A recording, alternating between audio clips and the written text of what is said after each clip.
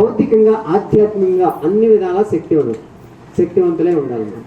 అందుకనే పరమాత్మ ఏం చెప్పారంటే, నువ్వు 4 బలాలను సంపాదించుకోవాలి నాయన, దానికోసం రోజు మంచిగా సాధన చెయ్యి అని చెప్పారు. ఏంటి? 1 శారీరక బలం, శరీరంగా బలంగా ఉండాలి. 2 మానసిక బలం, మనస్సు దృఢంగా ఉండాలి, దృఢ నిశ్చయ.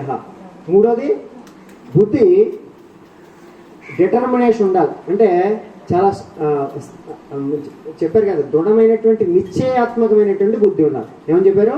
నిశ్చయాత్మక బుద్ధి. చెప్పండి, నిశ్చయాత్మక బుద్ధి. 4వది ఆత్మబలం కావాలి. ఆత్మబలం. హనుమంతుడు ఏం చేశాడు? జై శ్రీరామ్ అన్నాడు, కొండలు లేపాడు. ఆ పర్వతాన్ని అంతటినీ ఒక్కసారి తీసుకొచ్చాడా? మరి అంత దూరం ఫ్లైట్ కూడా సాధ్యం కానిటువంటి దూరాన్ని అసలు మధ్యలో మంచినీళ్ళు కూడా రీఫ్యూలింగ్ ఏమేమి లేదు, మళ్ళీ మంచినీళ్ళు కూడా తాగకుండా అది ఆ శక్తితోటి ఆ పర్వతాన్ని తీసుకొచ్చి ఫ్లైట్ కంటే స్పీడ్గా వచ్చాడు అన్నమాట.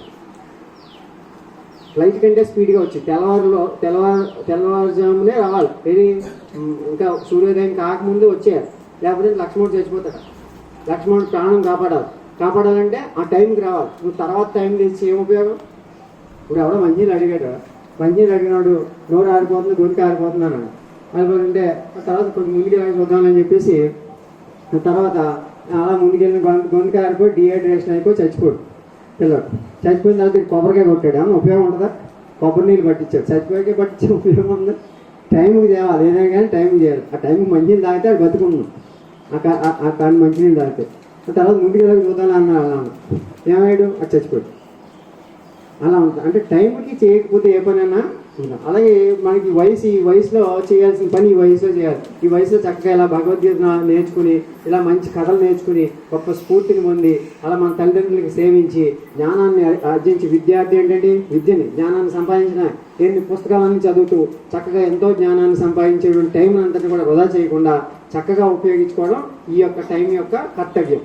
ఈ టైం దాటిందంటే ఈ టైంలో చేయని పని మళ్ళీ చేయలేవు, మళ్ళీ టైం దొరకదు. ఆ తర్వాత మళ్ళీ ఇంకా నీకు బాధ్యతలు పెరుగుతాయి కదా. కాబట్టి ఈ టైంలో చేయాల్సింది ఏంటంటే, మీరు ఎన్ని పుస్తకాలు చదవగలరో, ఎంత జ్ఞానాన్ని సంపాదించగలరో పుస్తకాలు మంచిగా చదవండి.